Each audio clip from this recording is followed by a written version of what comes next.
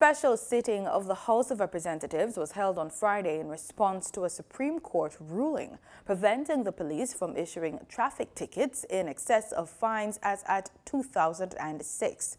The injunction granted by the Supreme Court has the potential to cost the government more than $3 billion in refunds to the public.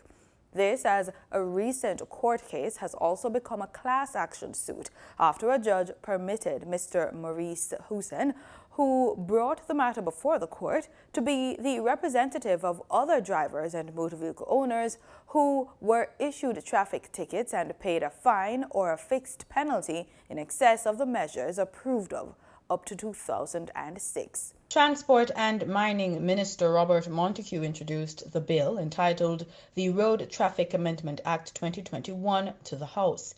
He explained that the amendment is required to address the penalties within the original act. He also noted that the Road Traffic Act in 2018 was passed, but not brought into force. The reality is that the technical officers within the Ministry of Transport and Mining have been working assiduously on the changes to be made regarding the regulations, which, as you may be aware, are of an extremely technical nature. The Act and regulations will, however, be brought into force in short order, as they are at an extremely advanced stage, and I am the first to acknowledge the concerns of my colleagues in this House and the general public on this state of affairs.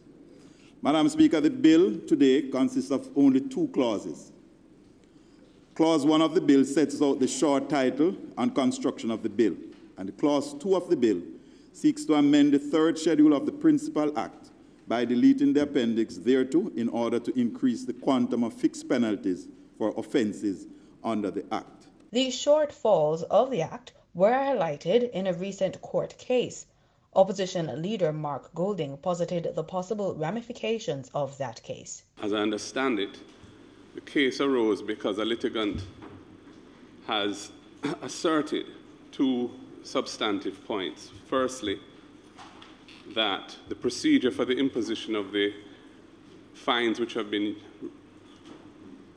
in place on the face of it since 2006 was a procedure which was wrong in law, and that procedure was by way of an order made under the Provisional Collection of Tax Act.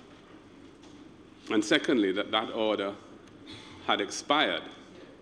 This approach means that everybody who gets a ticket now will have an incentive not to pay it, but to go to court instead and either plead guilty and pay the maximum fine there, which is lower than the ticket, or if they feel they have a defense, plead not guilty and fight the case in court.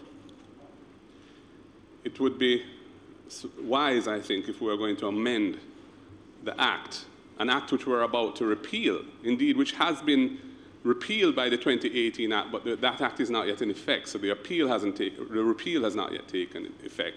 If we're going to be amending an Act which is already the subject of legislation which has repealed it, then we should do it in a way that doesn't create a perverse incentive.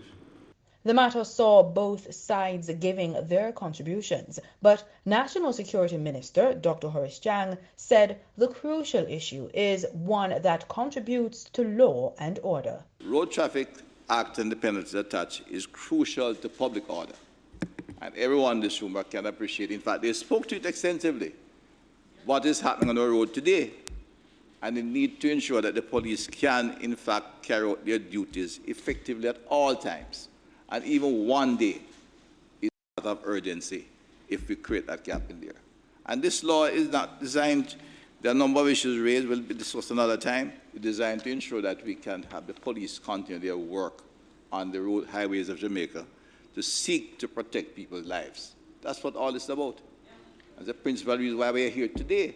And I think every single life in Jamaica is that important that we can call the sitting of the House to ensure that it's done.